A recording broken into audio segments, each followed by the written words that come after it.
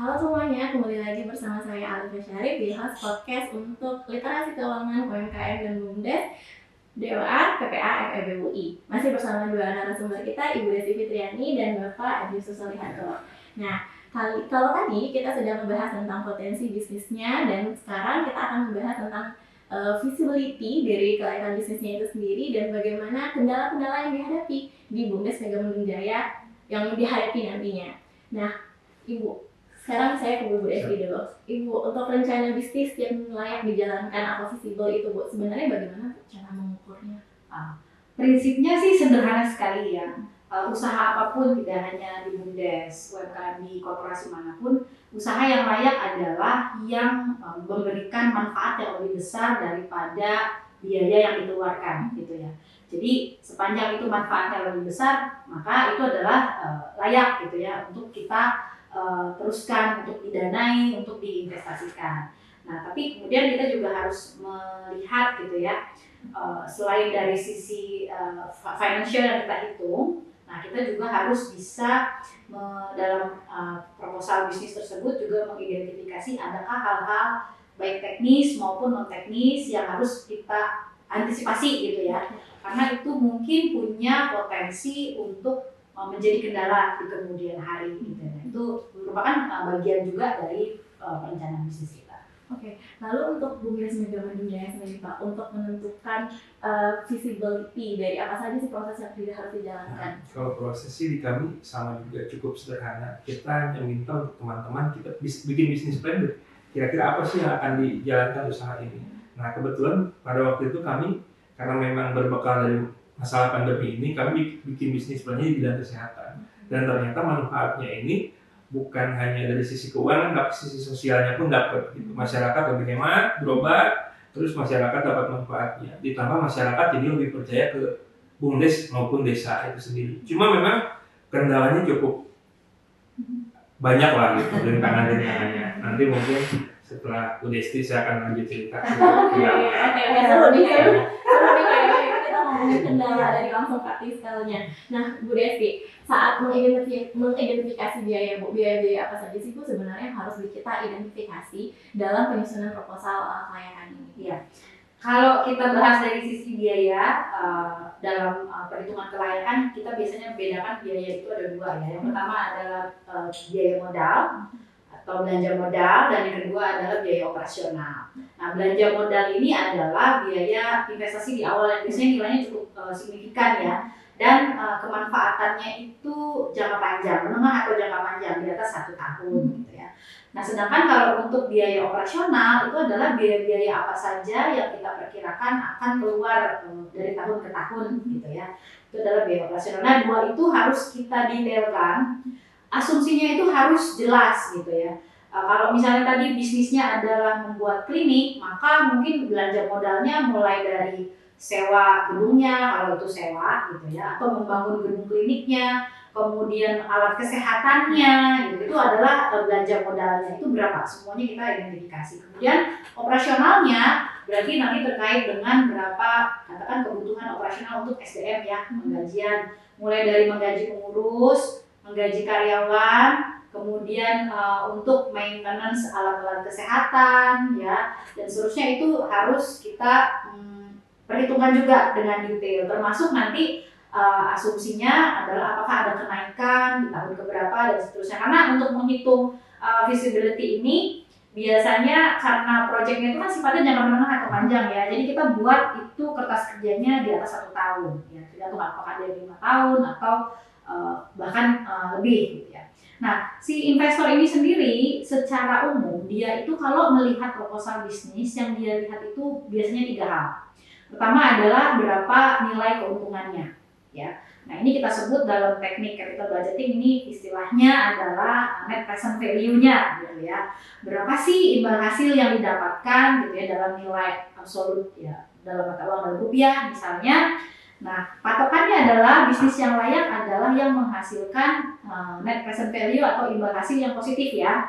Artinya ada keuntungan, uang kas yang masuk itu diperkirakan akan lebih banyak daripada uang yang akan kita keluarkan gitu ya. Sebaliknya kalau negatif, ini adalah ciri dari investasi yang tidak layak untuk didanainya. Nah yang kedua adalah dari persentase keuntungannya. Nah persentase keuntungan ini kita sebut dengan tingkat pengembalian internal atau internal rate of return.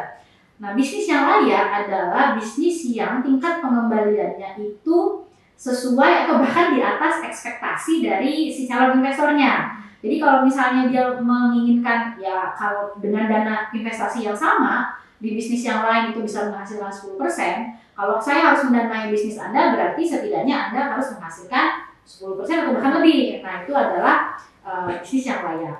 Dan yang ketiga adalah biasanya di periode pengembalian atau kita sebut dengan payback periodnya. Nah, periode pengembalian ini juga satu indikasi bisnis yang layak atau tidak. Bisnis yang layak adalah ketika dia itu modal yang diinvestasikan bisa kembali sesuai dengan ekspektasi dari investor juga atau bahkan lebih cepat gitu ya.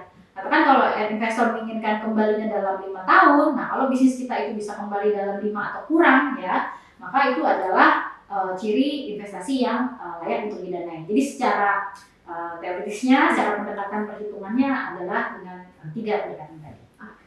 Nah Pak Yusuf, jadi nih udah ngomongin dapat sedikit Clue ya? tentang kendala. Nah pada saat penyusunan proposal tayangan bisnis di BUMDes Mega Bendung Jaya, ada kendala apa aja Pak? Sebenarnya kalau bicara kendalanya sangat banyak, utamanya kami di BUMDes Mega Bendung.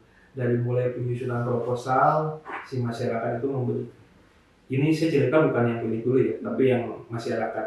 Karena kan kembali lagi BUMDes ini bukan hanya untuk pengurus, tapi untuk masyarakat.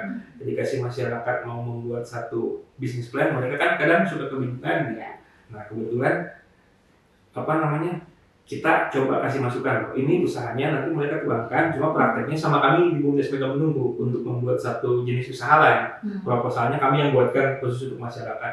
Tapi kalau khusus untuk di bidang kesehatan itu kita memang dari awal identifikasi usahanya betul-betul kita maksimalkan lah, karena memang yang kami lakukan ini hati-hati Bu, di masa pandemi ini jangan sampai BUMDes baru berdiri tahun depannya ini tinggal sejarah gitu. Karena kan di masa pandemi akan banyak BUMDes yang tumbang gitu. Iya. Bahkan yang sudah berjalan ya, banyak yang yang sudah hebat-hebat rata-rata di tahun pandemi itu semuanya mati gitu. Makanya kami berhati-hati sekali. Yang pertama ini harus bisa manfaat untuk masyarakat, yang keduanya seperti yang tadi Ibu bilang itu harus positif ataupun untung gitu.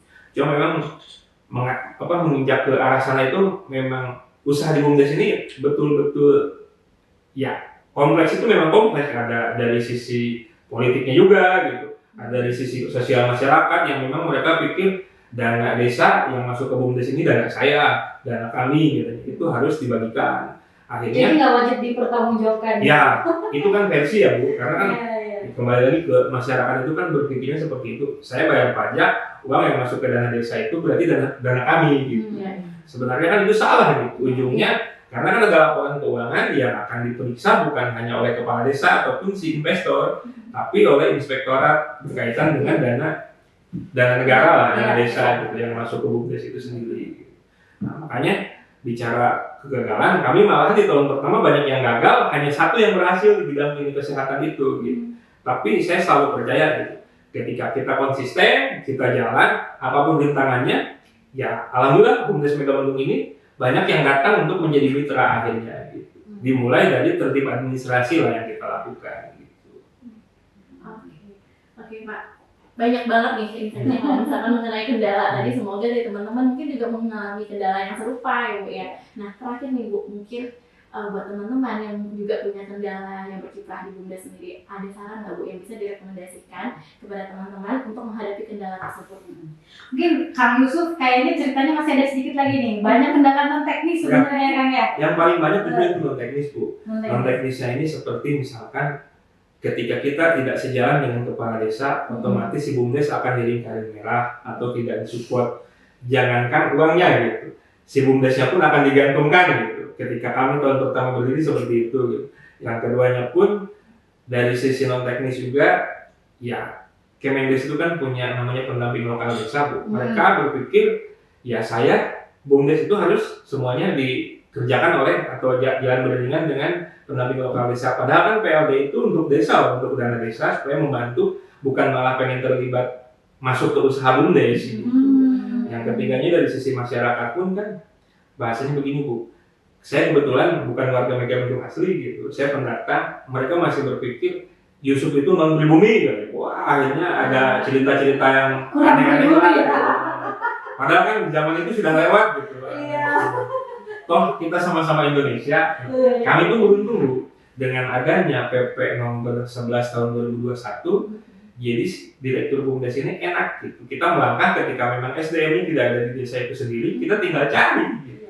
Cari misalkan, saya waktu itu sempat ada satu diskusi pas kami itu menjadi narasumber Bu dengan Kabupaten Muara Enim, ada satu kepala desa, dia cerita ke saya, Kang Yusuf, saya itu punya tanah desa, di atasnya itu batu bara, per tahun itu bisa menghasilkan 14 miliar, itu dikelola oleh BUMDes pada waktu itu. Cuma di tahun waktu itu kan saya November, di Desember ini uang kasnya ini tinggal di 1 miliar gitu. Saya itu sudah memecat semua pengurus BUMDes, jangankan warga saya, anak saya pun tidak bisa percaya. Kira-kira apa sih yang harus bisa dijalankan supaya itu usaha itu jalan? Saya bilang dengan PP yang baru ini, kita enak tinggal bersurat ke ITB atau UGM, cari yang ahli tambang dari 14 miliar, kenapa enggak sih 5 miliar kita kasihkan ke yang ahli itu, pasti akan lebih naik gitu, karena memang ahli di bidang pertambangan gitu. Lain hal dengan yang dikelola oleh masyarakat, dari yang 14 miliar itu di akhir tahun hanya 1 miliar gitu. Seru banget, yang kawan-kawan teknikalnya juga banyak. Banyak, justru yang paling banyak itu non teknis gitu, apalagi yang kayak daerah-daerah mungkin Bogor ke arah Banten sana, persaingannya bisa sampai magic lah kayak gitu, gara-gara tidak puas. Kalau saya gara-gara tidak puasnya malah diganggu sama si calon lain yang jadi calon direktur BUMDes pada waktu itu. Luar biasa.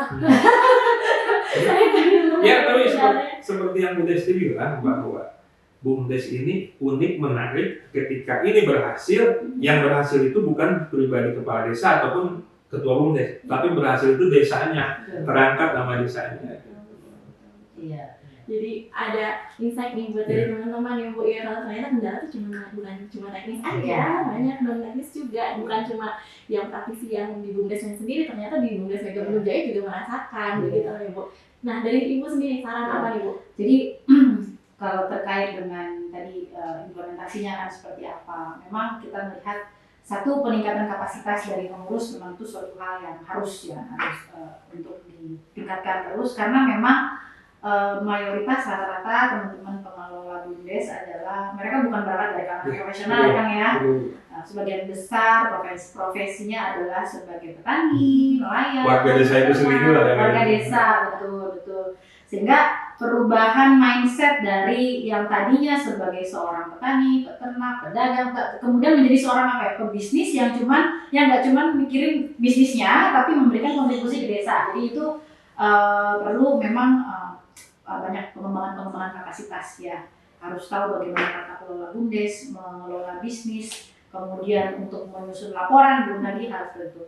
Kemudian untuk hal yang non teknis ini memang riset kami di lapangan juga kan menemukan hal yang sama ya, hampir di seluruh bagian ya, nggak cuma di Jawa Barat, nggak di luar Jawa Tengah, Jawa Timur sampai ke luar Jawa, kurang lebih permasalahannya sama. Sehingga dari hasil diskusi kami dengan teman-teman pelaku BUMDes, kami dapat menyimpulkan bahwa yang pertama adalah komunikasi antar organ di desa itu menjadi satu hal yang sangat penting, kuncinya itu ya.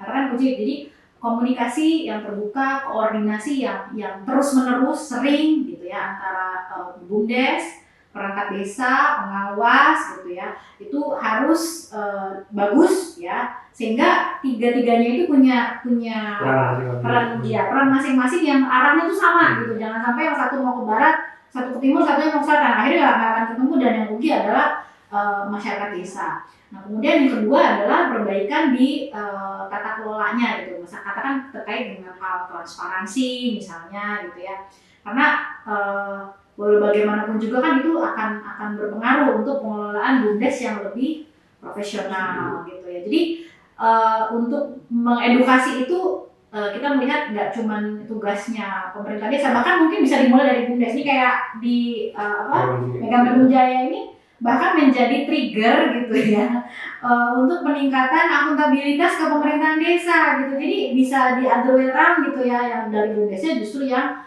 mendorong, karena ketika BUMDesnya itu menjadi ikon maju gitu ya, menjadi sorotan bagi banyak pihak dan ya sangat seksi gitu ya untuk dikaji oleh semua kalangan. Mau tak mau kan semua orang akan bertanya apa yang sudah dilakukan, bagaimana Anda menggunakan dana, bagaimana pertanggungjawaban dan sebagainya, sehingga itu mau tidak mau jadi pemicu ya untuk lebih memperbaiki gitu ya, untuk supaya jadi lebih baik gitu. Jadi komunikasi ya itu penting, punya perencanaan yang tepat, yang meyakinkan dan juga bisa terukur, itu juga sangat membantu ya, tidak hanya sebagai patokan untuk perencanaan, bahkan nanti ketika nanti dievaluasi atau diperiksa itu juga menjadi satu alat pengaman gitu ya, karena dasarnya dikeluarkan permodalan dari pemerintah desa ke BUMDes, kita bisa katakan ini ada perencanaan bisnisnya, sehingga ini menjadi legitimate gitu ya untuk dikeluarkan, menjadi bagian dari peraturan desa. Saya mungkin menambahkan sedikit terkait yang itu, memang kuncinya itu kelayakan usahanya dulu gitu. Ketika kami mendapatkan penyertaan modal dari pemerintah desa, diperiksa sama inspektorat, walaupun usahanya gagal tapi ada perencanaan, otomatis gugur lah. Kalau mungkin pada waktu itu kami tanpa perencanaan, usahanya dijalankan, gagal, jangankan berhasil dan gagalnya malah jadi masalah nantinya itu. Iya. Makanya memang betul kata Ibu, yang disiapkan itu harus perencanaannya dulu. Jadi dari komunikasi, koordinasi, sama peningkatan tata kelolanya ya Bu ya. Nah, terima kasih banyak nih Bu insight-nya. Mungkin dari Bapak sama Ibu mungkin ada tambahan nih untuk supaya dari praktisi sendiri itu bagaimana nanti menjalankan BUMDesnya. Kalau menurut saya sih, saya sudah cukup gitu. Kalau saya sih bicara selalu begini, kalau mau menjalankan BUMDes cukup benar dulu aja, nanti dengan sendirinya akan menjadi besar. Benar, selalu menjadi besar. Begitu teman-teman. Nah, semoga sesi kali ini bermanfaat nih buat teman-teman semua pelaku BUMDes dan UMKM lainnya. Saya Alifia Syarif bersama Ibu Desti Fitriani dan Bapak Emil Solihatul. Kami pamit undur diri. Assalamualaikum warahmatullahi wabarakatuh. Waalaikumsalam.